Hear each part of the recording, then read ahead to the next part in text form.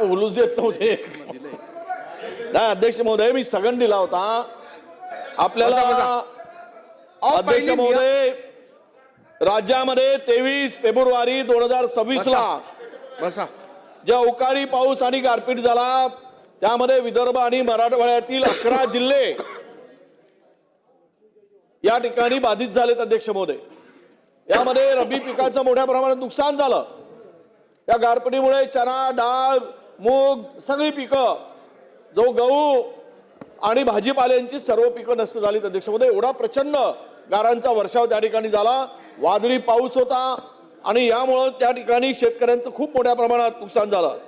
यामध्ये विदर्भातील चंद्रपूर, नागपूर, भंडारा, गोंदिया, यवतमाळ, गडचिरोली, सोलापूर, परभणी, हिंगोली, लातूर, नांदेड, धाराशिव या सगळ्या जिल्ह्यांचा यामध्ये समावेश आहे.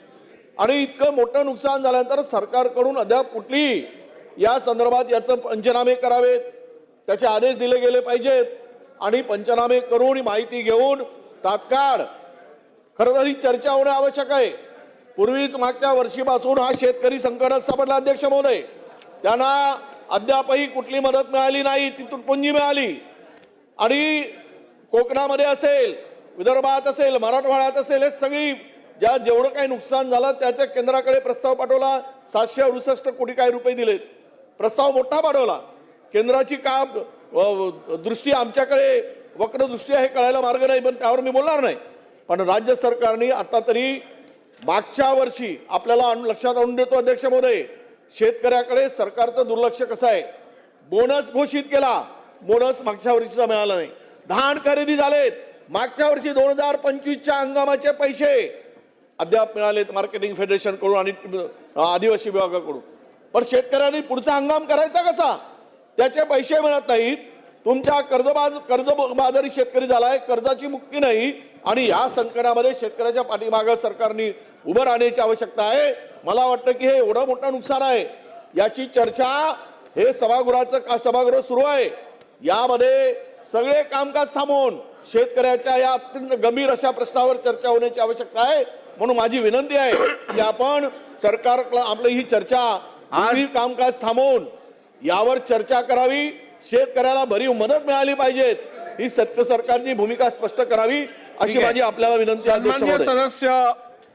सन्मान्य ज्येष्ठ सदस्य विजय वडेट्टीवार साहेबांनी आज जी माहिती सभागृहासमोर मांडलेली आहे ती गंभीर स्वरूपाची असल्यामुळे शासनाने या संदर्भात योग्य निवेदन करावे. आज प्राप्त झालेल्या सर्व स्थगन प्रस्तावांच्या सूचनांना मी दालनात अनुमती नाकारलेली आहे. मुंडे साहेब, आपण सत्तारूढ पक्षाचे सदस्य असल्यामुळे स्थगन प्रस्तावावर आपण बोलणं उचित होणार नाही. मग पूर्ण होऊ दे, त्यानंतर बोला ना, पूर्ण होऊ दे.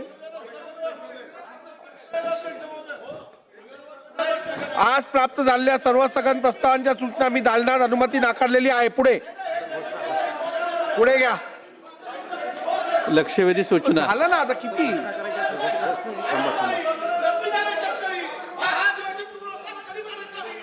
चला अध्यक्ष महाराज, स्थगनवर बोलत नाही, पॉइंट ऑफ इन्फॉर्मेशन आहे. अध्यक्ष महाराज, अध्यक्ष महाराज, अध्यक्ष महाराज, पॉइंट ऑफ इन्फॉर्मेशन आहे. तुमचं चालू द्या ना. अरे तुमचं चालू द्या, आम्ही विरोध नाही करत. सगळ्यांनी बसून घ्या, बसून घ्या, सगळ्यांनी बसून घ्या. बसा बसा. बघा, या सभागृहात अलीकडच्या काळात ज्याला मर्जी होते तो उठून बोलायला बघतोय. आता इकडे स्थगन प्रस्ताव 8 नंबर आपल्या ऑर्डर ऑफ द डे वरती आहे. नियमाप्रमाणे मी 8 नंबर चालू केलं. स्थगन प्रस्ताव चालू आहे. प्रत्येक जण उठून मध्ये पॉइंट ऑफ इन्फॉर्मेशन. थोडं तर तुम्ही थांबा. जे कामकाज चालू आहे ते होऊ दे, त्यानंतर तुम्हाला देतो ना संधी.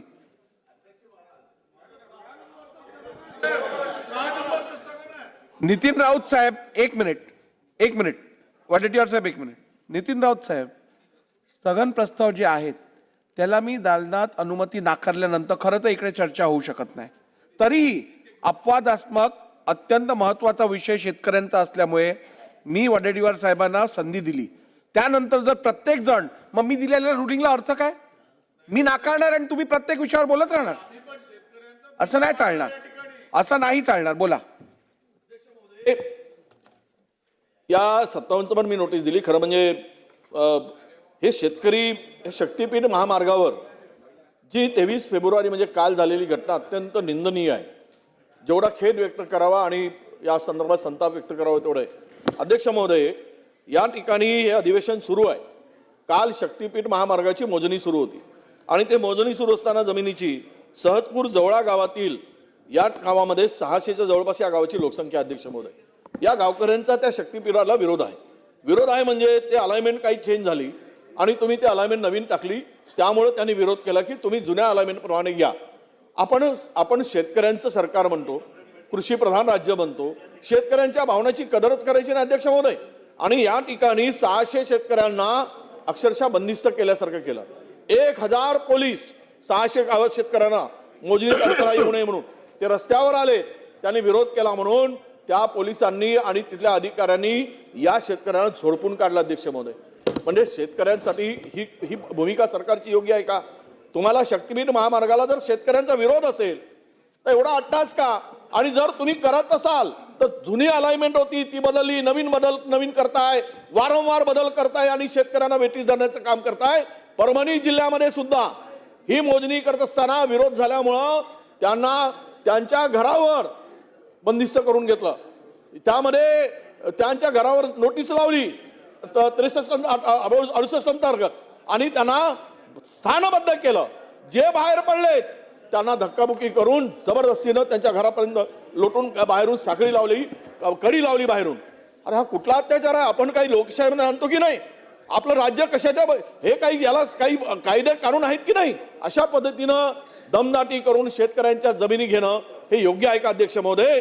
म्हणून माझा स्थगन आपण दिला आहे की या शेतकऱ्यांची भावना समजून घेऊन ज्या पद्धतीनं अधिकारी आणि पोलिसांचा बळाचा वापर करून शेतकऱ्याला ठोकून काढून रस्ता बनवायची कोणाची इच्छा असेल तर ह्या शेतकऱ्यावरचा अन्याय आपण कशा पद्धतीने दूर करणार या संदर्भात निवेदन दिलं पाहिजे स्पष्टपणे की हे या संदर्भात आपण निर्देश द्या. मी असं म्हणणार की आपल्याला विनंती आहे की अशी गंभीर प्रकरणामध्ये निवेदन द्यावं अशी माझी इच्छा आहे. आज विजय वडेट्टीवार साहेबांनी दिलेल्या माहितीची शासनाने नोंद घ्यावी.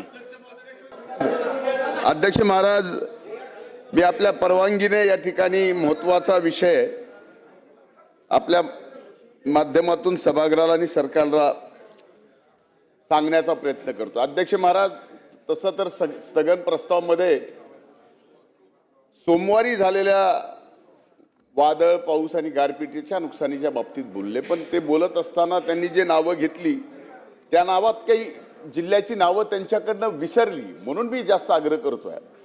त्यात बीड विसरलाय, बाकी सर्व नावं घेतली.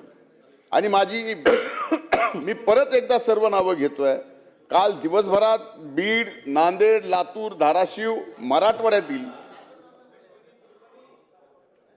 परभणी, काही जिल्हा पूर्व विदर्भातील, अध्यक्ष महाराज कोकण भागातील आणि अनेक ठिकाणी पूर्णपणानं अध्यक्ष महाराज शेतकऱ्यांचं रब्बीचं जी काढणीला आलेले गहू होते, ज्वारी होती, हरभरा, भाजीपाला, फळबागा ह्या पूर्णपणानं उद्ध्वस्त झाल्या.